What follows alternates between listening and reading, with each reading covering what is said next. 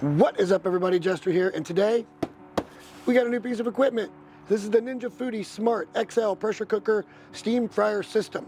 It does multiple things. It's meant to replace several things that we have in the house that are just kind of aging at this point, and we're even going to cook something in this today. Let's get out of the box, and I'll show you what we're getting into. And now that we got everything out of the box, the first thing that we saw right on top is, of course, going to be in your instruction manual. There's some recipes and stuff in here, warranty cards. And then the first thing I noticed was just how clean this thing looks. We have a really nice air fryer / rotisserie inside, but it takes up a massive amount of counter space. So this was the first thing it was going to replace. We use it from time to time, but it doesn't get used enough to justify the amount of counter space it takes. But I really like the aesthetic. It looks really clean, really nice. It comes with a couple of different things. Inside here, you would find this, which is going to be a tray for like steaming. We're actually going to be putting this to use today, of course, after we clean it up with the thing that we're going to do here in a moment. But then it also came with these here, which are a couple of different grates. As you can see, they're kind of set to where it won't be down on the bottom. And then the thing I noticed was if you take this one and put it underneath here, and these are hinged.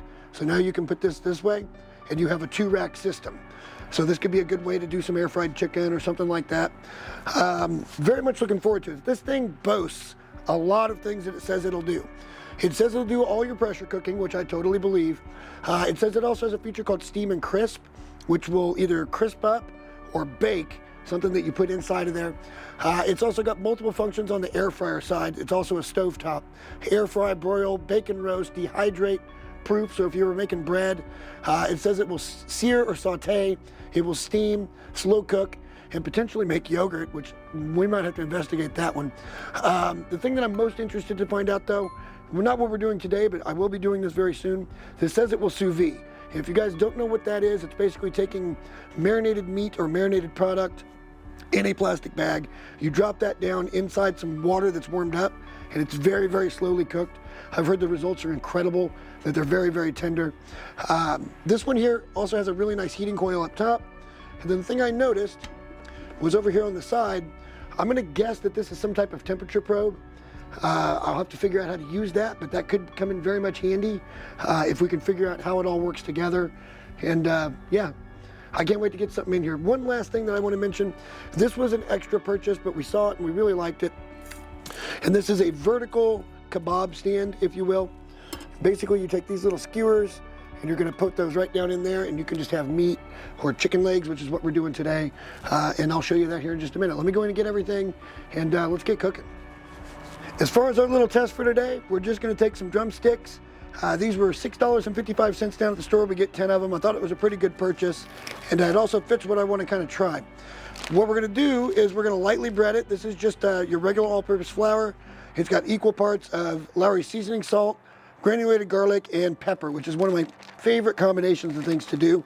All we're going to do is we're going to take these a couple at a time, and we're going to shake them up,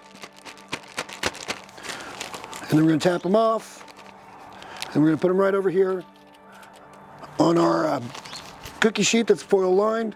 Let me get these all done. I'll show you guys the next step. Alrighty guys, hopefully this isn't too bright. The sun is not being our friend right now.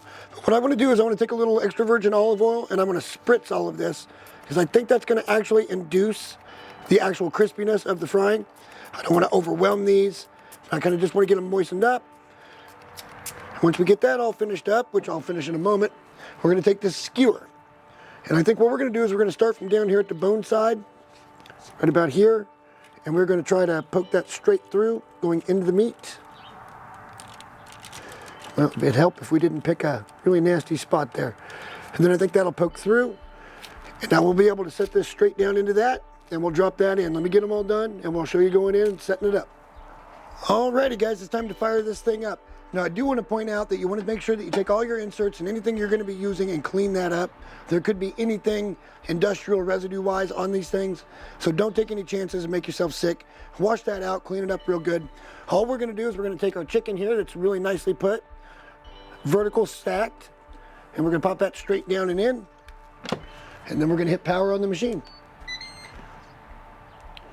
And we're going to go to the air fry setting, which is over here. It's probably really difficult for you guys to see, but I'm going to drop this to 375. I'm also going to drop it to 18 minutes. Everything I found said between 15 and 20 on drumsticks. So for our first look, we're gonna just kind of shoot the difference. And all we're gonna do is hit start.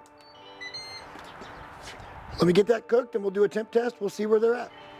Alrighty guys, there's the end. We're gonna very carefully open the lid. And oh boy. Now this is another really important thing. I'm gonna pull this up just so you can kind of see here. Well, we got some pretty good color there. Not exactly like I envisioned it coming out, but let's go to the biggest one and get right down near the bone. And I've said this a billion times. Make sure this is 165. This is only registering at 130, so this is going to require some more time. Some of them are a little higher, but that big one will be the one we judge everything on. And it's only registering 130 degrees, so definitely going to give this a few more minutes. So let's pop that down. And let's see if we can get back over here to air fry. Drop that to 375 again. And let's call it another 8 minutes. We'll see you then. And there we go, guys. Ding goes the bell. Let's real quietly or carefully open this up. Ooh, they're getting some pretty nice color on those. That looks really nice. Look at that, look at that. Well, that one fell all the way out. All right, let's get a temp on this. And again, I can't stress this enough, 165. If it is not at 165, do not eat it, continue to cook it.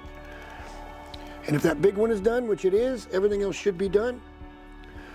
Now let's see if we can get some free ASMR going here. Since that one's already off, here's what we get. Oh, it's got some juice. It doesn't have quite the color that I was hoping for. It's probably gonna be hot as hell. But let's see what we got here.